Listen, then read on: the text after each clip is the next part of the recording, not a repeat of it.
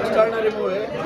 Boss ಆಶೀರ್ವಾದ ಸಿನಿಮಾದ ಮೇಲಿದೆ. ಮೊದಲಿನಲ್ಲೂ ಲಾಸ್ಟ್ ಒಳಗೆ ನಕ್ಕು ನಕ್ಕು ಸುಸ್ತಾಗಿ ಹೋಗುತ್ತೆ. ಸೆಕೆಂಡ್ ಪಾರ್ಟ್ ವೆಯ್ಟ್ ಮಾಡ್ತಾ ಇದ್ದೀವಿ. ಸೂಪರ್ ಆಗಿದೆ.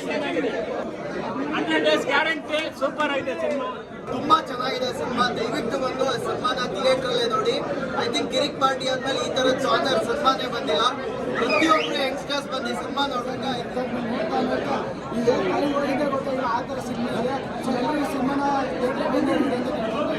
ಸೂಪರ್ ಆಗಿ ಮಾಡಿದ್ದಾರೆ. ಕ್ಯಾಪ್ಷನ್ ಆಗಿದೆ, ಡೈರೆಕ್ಷನ್ ಆಗಿರ್ಬೋದು, ಪ್ರತಿಯೊಂದು ಆ್ಯಕ್ಟಿಂಗ್ ಸೂಪರ್ ಆಗಿ ಮಾಡಿದ್ದಾರೆ.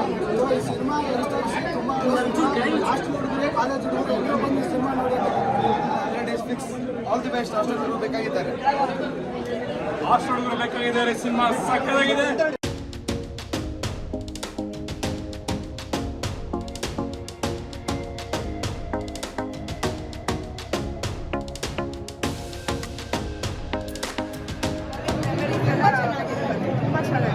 ರಮ್ಯ ಅವರು ಮತ್ತೆ ಅಭಿನಯಿಸಿದ್ದಾರೆ ಬಹಳ ದಿನ ಆದ್ಮೇಲೆ.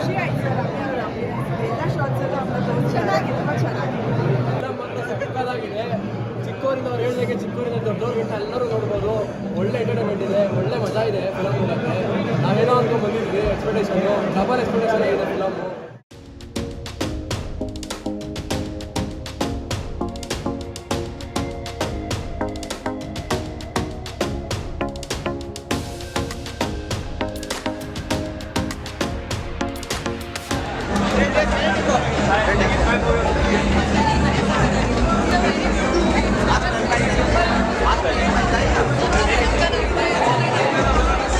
ಒಳ್ಳೆ ಸಿನಿಮಾ. ಇಡೀ ಸಿನಿಮಾ ತಂಡ ಇಟ್ಕೊಂಡು ಮಾಡಿದೆ.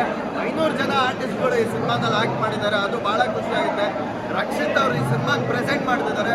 ಐ ಥಿಂಕ್ ಈ ಥರ ಸಿನಿಮಾ ಕನ್ನಡ ಇಂಡಸ್ಟ್ರಿಯಲ್ಲಿ ಬಂದೇ ಇಲ್ಲ. This is not the first film in history of Kannada cinema. This is the best film. ನಿಜವಾಗ್ಲೂ ಹೇಳ್ತೀನಿ, ತುಂಬ ಚೆನ್ನಾಗಿದೆ. ದಯವಿಟ್ಟು ಕನ್ನಡ ಸಿನಿಮಾ ಈಗ ಆಲ್ರೆಡಿ ಚೆನ್ನಾಗಿಲ್ಲ ಕಾಂಟ್ರವರ್ಸಿಗಳು ಬರ್ತಾ ಇದೆ. ಬಟ್ ಕಾಂಟ್ರವರ್ಸಿ ಅಲ್ಲ ಕಂಡ್ರಿ, content is the king of the cinema. ಬಂದು ಈ ಸಿನಿಮಾನ ಥಿಯೇಟ್ರಲ್ಲೇ ನೋಡಿ ಮತ್ತೆ ಕನ್ನಡ ಜನತೆ ಗೆಲ್ಸಿ ಅಂತ ಕಳಕಳಿಯಿಂದ ವಿನಂತಿಸ್ತಾ ಇದ್ದೀನಿ. ಪಾರ್ಟ್ 1 ಬಂದಿದೆ, ಪಾರ್ಟ್ 2 ನಾನು ಎಕ್ಸೈಟೆಡ್ ಆಗಿ